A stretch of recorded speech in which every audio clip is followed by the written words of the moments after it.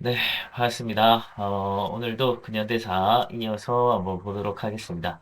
우리 저번 시간에 통학농민운동에 관해서 한번 봤었고, 오늘은 일단 가보개혁, 그리고 을미사변을 보고 시간이 좀 더 된다면 대한제국까지 한번 보려고 합니다. 일단 가구개혁을 보려면 이 당시 상황을 조금 봐야 되는데 이제 동학농민운동이 일어났을 때가 가보년 그래서 그 해 같이 일어난 거다라고 보면 될 것 같아요. 이때 일단은 정부가 원래 이제 농민군하고 이제 전주화약을 맺은 다음에 자주적인 개혁을 시도하기 위해서 교정청이라고 하는 기구를 설치했습니다. 그리고 자주적인 개혁을 하고자 했는데 그때 일본군이 이제 경복궁을 기습 점령하면서 자기들 입맛대로 이제 내각을 구성을 하고 가부개혁이라고 하는 걸 추진하게 돼요. 그래서 설치된 지 얼마 안 됐던 교정청이 금방 폐지가 되고 새롭게 설치된 것이 바로 군국기무처라고 하는 기구입니다. 가부개혁의 주요 내용을 한번 보면 정치는 이제 의정부와 국내부로 이제 분리를 하고 그리고 6조를 8아문으로 개편했다. 그리고 개국 기원이라고 한 걸 사용하게 되고 과거제가 드디어 폐지가 되게 됩니다. 그리고 사회적으로는 신분제가 철폐되면서 드디어 우리는 신분이 없는 평등사회로 법적으로는 평등사회로 가게 됩니다. 그리고 조혼을 금지한다던가 가부의 재가를 허용한다거나 이런 것들은 이제 폐정개혁안의 내용을 받아들인 거다라고 보면 될 것 같습니다. 그리고 경제는 탁자문에서 국가재정을 총괄하도록 바뀌었고 조세 급납화가 이루어집니다. 급납화는 조세를 여태까지는 대부분 이제 세금 거두는 게 쌀이나 뭐 이런 현물로 이제 거뒀다면 이제는 급납화, 대금을 지불한다는 거예요. 그러니까 지금 우리 세금 돈으로 내듯이 이렇게 돈으로 내는 걸로 바뀌었다라는 거고요. 다음 화폐의 은본위제가 도입되게 됩니다. 은본위제라고 하는 거는 화폐 단위의 기준을 은으로 삼았다라는 겁니다. 그래서 국제적으로 당시 은본위제를 많이 쓰고 있었기 때문에 거기에 맞춰서 갔다. 사실은 일본의 입맛대로 맞췄다라고 볼 수 있고 도량형도 이제 통일시켜서 일본이 경제적으로 침투에 용이하게 좀 바뀐 것 같습니다. 어, 그러다가 이제 2차 개혁이 이루어지는 거는 일본 애들이 이제 뭐 된 지 얼마 안 됐는데 금방 또 군국기무처를 폐지한 다음에 김홍집, 박영효의 연립 내각을 구성을 해서 친일 내각을 좀 수립하게 돼요. 이 사람들이 친일파라는 뜻은 아니고 일본의 입맛대로 좀 개혁이 이루어진 내각이었다라고 보면 되는데 요때 이제 홍범 14조라고 하는 걸 발표했고요. 그리고 의정부를 내각으로 개편했고 교육입국 조서 이런 걸 좀 발표하기도 합니다. 그리고 요때 이제 재판소가 설치되면서 사법이 처음으로 분리가 되고 나름 좀 근대화되는 모습이 나타난다고 보면 돼요. 그 이전까지는 사실 사법이 분리가 돼 있지 않았죠. 그래서 수령 같은 경우도 사법권이나 이런 재판을 직접 다 하는 걸 볼 수 있듯이 행정이랑 사법이 연결되어 있었는데 그런 걸 이제 아예 떼버린 거죠. 그러다가 이제 청일 전쟁 후에 일본이 승리하게 되죠. 그래서 그에 따라 시모노세키라고 하는 조약을 맺게 되는데 이때 이제 주요 내용은 일본이 청으로부터 랴오둥, 그러니까 요동이죠. 반도를 빼앗게 되는 거고 요거는 사실 일본을 견제하려고 하는 다른 나라들에게는 아주 거슬리는 거였어요. 러시아도 마찬가지고. 그래서 러시아는 남하를 추진하고 있었기 때문에 요 요동반도가 아주 거슬렸는데 그래서 프랑스, 독일 같이 삼국이 힘을 합쳐서 일본에 이제 돌려줘라라고 요구하게 됐고 당시 이제 일본이 요 세 나라를 상대로 다 싸울 수가 없기 때문에 어쩔 수 없이 돌려주게 됩니다. 요동반도를. 그걸 이제 삼국 간섭이라고 하게 되는데, 여기 이제 일본에게서 우리가 어떻게 벗어날까 하고 있던 차에, 우리, 입장에서는, 일본, 러시아한테 힘 못 쓰는구나, 라는 걸 좀 느낀 거죠. 그래서 러시아를 통해서 우리가 일본에게서 좀 벗어나고자 하는, 세력이 생겨났고, 그 사람들을 이제 칠러파라고 합니다. 그래서 고종과 이제 왕비가 당시 이제 나중에 명성황후가 되는 사람이죠. 이 사람이 이제 러시아를 이용해서 일본을 견제하고자 했고 이 당시 이제 칠러파 중에 한 사람이 바로 이완용이라고 많이 들어봤을 겁니다. 자, 그런 모습이 좀 나타나다 보니까 일본이 자신들의 세력을 다시 되찾아오기 위해서 아주 극단적인 사건을 하나 벌이는 게 바로 이제 을미사변이라고 일본이 명성황후를 시해했던 아주 참 말도 안 되는 상황이 하나 벌어지는 거죠.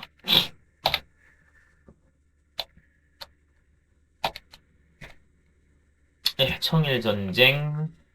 청일전쟁이지만 배경은 우리 한반도에서 일어났습니다. 그래서 그 피해는 고스란히 우리가 입게 되었다라고 하는 것도 같이 기억해 두시고, 자, 여기가 바로 랴오둥, 이제 요동반도죠. 요 지역은 이제, 러시아랑, 남하하려던 러시아에 아주, 좀, 일본이 여길 차지하는 건, 대륙 진출하는데 아주 중요한 전진 기지가 되는 곳이라서, 여기를 아주 견제했죠. 자, 명성황후 시해되는 모습이고요. 여기 이제 교육입국 조서라고 하는 건데, 제가 이제 요거를, 가져오게 된 이유는, 왜 이렇게 우리는 교육, 이렇게 공부할까? 물론 이제 그거는, 오랜 기간 우리가 과거를 통해서 일진양명할 수 있다, 출세할 수 있다, 이런 거에 대한, 오래된, 이제, 그런, 뿌리 깊은, 과거를 통해서, 과거에 급제하면 출세한다. 이런 거에 대한 이제 생각도 굉장히 오랫동안 갖고 있었을 테고, 그것뿐만이 아니고, 요 당시, 이제 우리가, 일본에게 점차, 국권을, 빼앗겨 가려고 하는 요 차, 그리고 일제강점기 때도 마찬가지고, 요 때도 우리가 힘을 키우기 위해서는 결국은, 교육에 있다. 라고 하는 거에서, 생각을 가졌다라는 점을 보면, 왜 이렇게 교육할까? 공부에 대해서, 우리의 실력을 키워야 된다. 이런 얘기를 하는 게, 바로 열심히 공부해야 된다. 이런 얘기거든요. 국가의 부강도 너희들 신민의 교육에 있도다.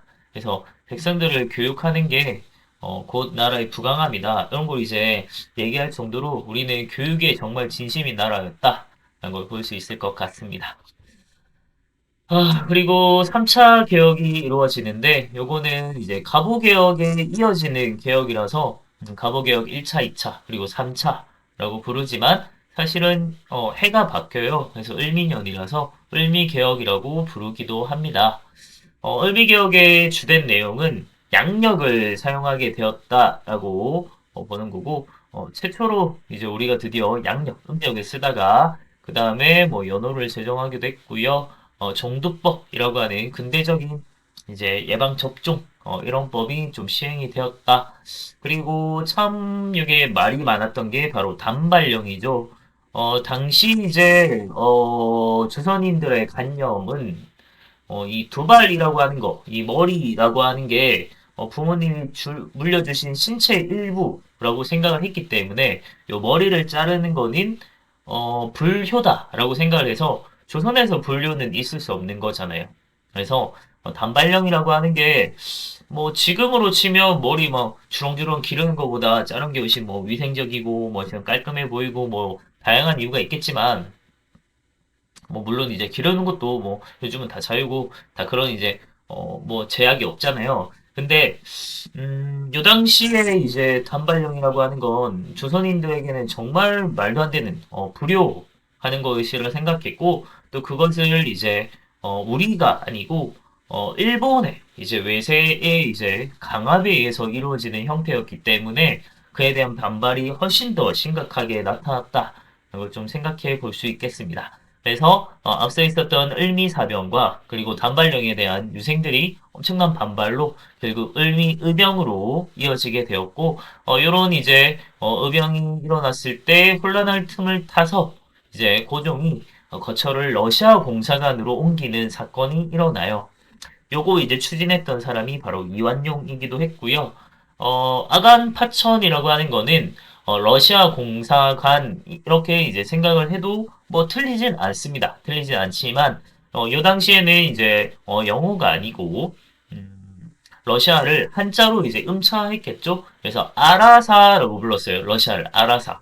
그래서 아라사 공사관 이런 거죠. 그래서 아관이라고 하는 건 아라사 공사관이다 이런 뜻으로 보면 됩니다. 그리고 파천이라고 하는 거는 뭐 하늘이 움직였다 이동했다 뭐 이런 뜻인데 파천은 뭐 왕이 거처를 옮겼다 이렇게 생각을 하면 됩니다. 그래서 아간파천 아간파천이 이루어지면서 사실은 엄청 쪽팔리는 거죠. 한 나라의 왕이 자신의 몸을 지키지 못해서 다른 나라의 공사관으로 몸을 이제 이탁한 거잖아요. 그래서 목숨을 어, 참 맡기는 이런 형태인데 참 사실 좀 그렇죠.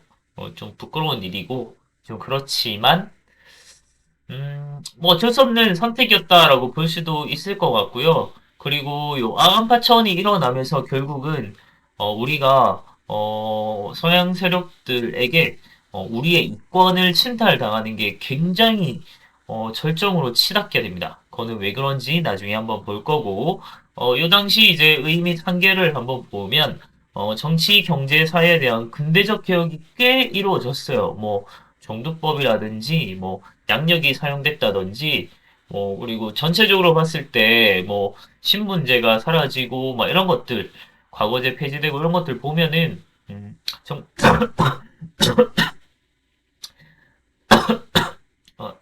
제 사례들 굉장히 이제 근대적인 개혁이다라고 볼 수 있는데 당시 국민들 입장에서는 주도 세력이 일본에 좀 의존하는 친일 내각이었다라고 하는 점이랑 그리고 국민들에겐 전혀 지지를 받지 못했던 개혁이었다라는 점에서 좀 한계점이 있다라고 볼 수 있습니다.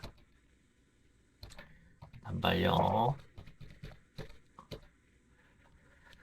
자, 그리고, 아까 얘기했듯이, 아간파천 이후로 이제, 열강의 이권 침탈이 굉장히 극심하게 됐는데, 그거는 뭐, 당연한 얘기예요. 어찌 보면. 러시아한테 우리가 지금 몸을, 의탁하고 있는 거잖아요. 그러다 보니까 러시아의 요구를 굉장히 많이 들어줄 수밖에 없는 상황이어서, 우리가 러시아에게 굉장히 많은 이권을 넘겨주게 되는데, 여기서 우리가 앞서 배웠던 거 한번 생각해 봐야 됩니다. 최혜국 대우 생각날 겁니다. 최혜국 대우 때문에 다른 나라들도 우리랑 조약을 맺고 있던 다른 나라들도 우리도 요거 줘. 우리도 이에 맞는 대우를 해달라, 특혜를 달라 이런 얘기 하게 되면서 갖가지 많은 이권들이 이제 서양 세력들, 열강들에게 뺏기게 되죠. 그래서 대표적으로 광산 채굴권이라든지 산림 벌채권이라든지 철도 부설권이라든지 이런 것들을 우리가 열강에게 내어주게 되는 그런 상황이 이루어집니다. 이때 이제 서재필을 중심으로 독립신문이란 게 창간이 되면서 이권 침탈을 굉장히 막고자 노력하기도 했고 여러 가지 이제 많은 국민들을 계몽시키기 위해서 여러 가지 일들을 하게 됩니다. 자, 그런 이제 독립신문이 굉장히 잘 됐어요. 그래서 성공을 거두면서 이걸 바탕으로 아예 독립협회라고 하는 단체를 만들게 됐고, 그래서 개혁 관료랑 개화 지식인을 중심으로 만들어진 독립협회에서 여러 가지 활동을 많이 했는데 대표적으로 독립문이라고 하는 걸 건립했고 그리고 독립관이란 것도 건립하게 됩니다.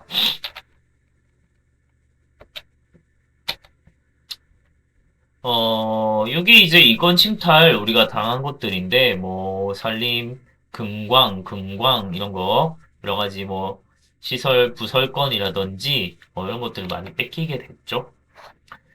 자, 그리고 독립협회 활동 중에서, 굉장히 주요한 활동 중 하나가 바로 토론회죠.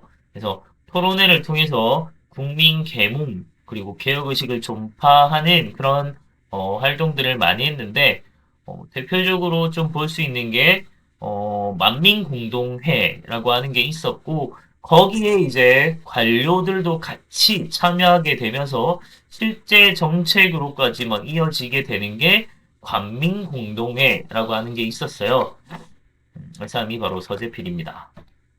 자, 요게 영은문이라고 옛날에 이제 그 중국에서 사신들 오면 맞이하고 막 접대하고 막 하던 그런 장소가 이제 요 영은문이에요. 잔치 벌이고 막 했던. 그걸 이제 우리 사대주의 상징인 곳이니까 요걸 허물고 이제 만든 게 요거죠. 독립문. 요 서대문 형무소 근처에 가면 요 독립문 볼 수 있습니다. 개선문 좀 뺏겼죠.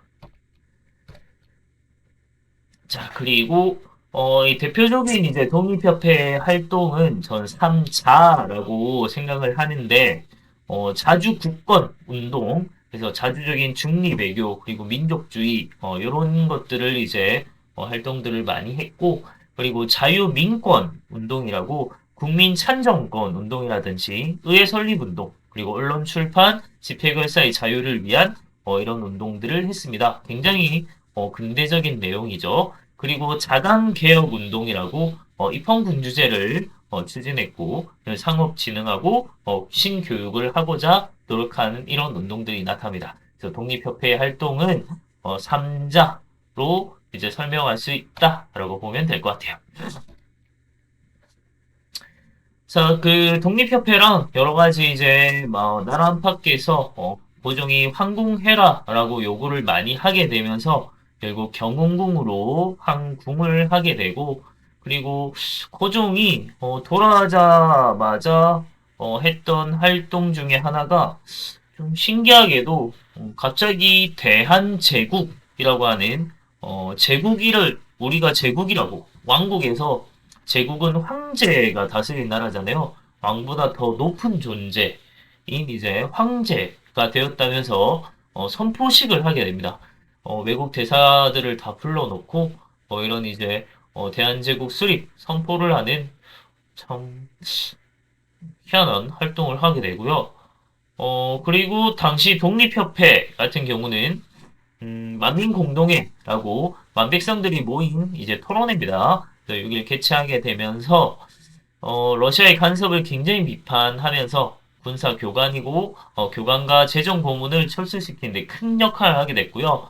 요게 관료들도 같이 참여하게 되면서 관민공동회라고 하는 게 이루어졌는데 여기에서는 실제적으로 정책안을 하나 만들어요. 그게 이제 허니 6조라고 하는 것이고 요게 이제 고종한테 보내지면서 채택이 돼서 초보적인 의회 정치를 좀 도입하고자 했어요. 그리고 입헌군주제, 양원제 이제 이런 걸 이제 도입하고자 했는데 요걸 반대하는 이제 일부 보수 세력이 이제 황국협회라고 하는 원래는 이게 보부상 단체인데 이게 굉장히 좀 보수적인 단체예요. 그래서 여기를 좀 이용을 해서 이제 독립협회랑 일부러 싸움을 계속 붙이는 거예요. 시비를 붙여서 나라를 어지럽게 한다. 이런 이유로 이제 독립협회를 해산시켜 버리는 경우가 생겨납니다. 그래서 고종이 이제 처음에는 헌유적 받아들이고 우리가 실제로 입헌군주제로 갈 뻔했어요. 양원제로 가고 하려고 했는데 이런 모함을 당하게 되면서 독립협회는 해산되고 결국은 어, 우리가 입헌군주제로 나아가지 않게 되었죠. 이게 이제 관민공동의 모습이고요. 헌의육조 내용을 좀 받으면 좋을 것 같습니다. 첫 번째, 외국에 의존하지 말고 전제 황권을 공고히 할 것 돼 있고요. 다음에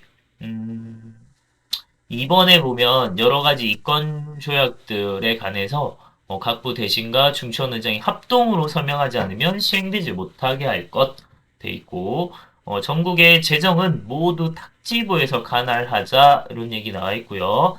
예산과 결산을 인민에게 공포할 것, 인민에게 알릴 것이라니까 굉장히 혁신적인 내용이죠. 그리고 중재인의 공판, 언론 집회의 자유를 보장하자 자유민권에 관한 얘기가 나와 있고요. 그리고 7인간을 임명할 때는 황제가 정부의 과반수 동의를 받을 것, 이렇게 돼 있는 것들이나 아니면 별항이라고 외국의 하원을 모방한 미네를 설치하자. 그래서 이런 것들이 이제 나오는 걸 보면 우리가 좀 의회 정치 그리고 입헌군주제 그런 형태로 황제권을 좀 제한하려고 하는 모습이 나타났다라고 보면 될 것 같습니다. 자, 그리고 이어서 조금 더 보면, 대한제국이 수립되면서 대한국 국제라고 하는 걸 제정해요. 그러니까 나라의 제도 이런 뜻인데, 지금으로 치면 헌법 같은 거예요. 그러니까 우리나라의 기틀이 되는 헌법과 같은 역할을 하는 게 바로 대한국 국제입니다.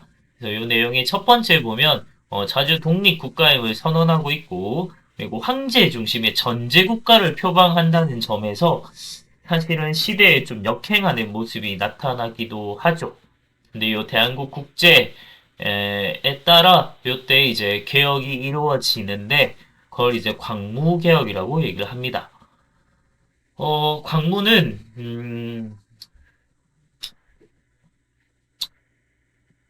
뭐 끝없이 빛난다 뭐 이런 거라고 생각하면 되는데 요 개혁 원칙이 구본신참이라고 해서 예법을 근본으로 하고 새로운 제도를 창고한다는 뜻으로 그러니까 뭐 급진적으로 막 개혁을 한다기보다는 좀 전진적으로 천천히 좀 개혁을 막 완전히 급진적으로 하지 않고 어느 정도 좀 보수적인 형태라고 보면 됩니다. 그리고 특징이 지계라고 하는 근대적인 토지 문서를 발급했다는 점이 좀 특징이고 305 지능정책 추진한다든지 그리고 군제를 개편하게 되는데 사실 친위대, 뭐 시위대, 호위대, 뭐 진위대 이런 걸 창설되고 하는 걸 보면 사실은 자기 자신을 지키는 경비병력 이제 이런 걸 좀 늘리고 한 걸 볼 수 있지만 실질적으로 군대를 아주 잘 키워서 나라를 지키고자 했다라는 점에서는 좀 부족했던 것 같습니다. 그래서 교육과 기술 면에서는 부분적으로 좀 성과가 있었던 게 광무개혁인데 한계점으로는 너무나도 지나친 황실 중심의 개혁이었다라는 점에서 완전히 이제 틀을 벗어난 뭐 획기적인 뭐 이런 모습은 아니고 아주 천천히 조금 조금씩 부분적으로 좀 변화가 나타나는 그런 상황이었다라고 보면 될 것 같아요. 그리고 지나친 황실 중심의 개혁이 이루어졌고 관리들의 부정부패랑 수탈이 여전했다라는 점에서 대한제국의 이 개혁 내용은 좀 많이 아쉽죠. 일단 여기까지 해야 될 것 같습니다. 다음 시간에 널 전쟁 한번 보도록 할게요.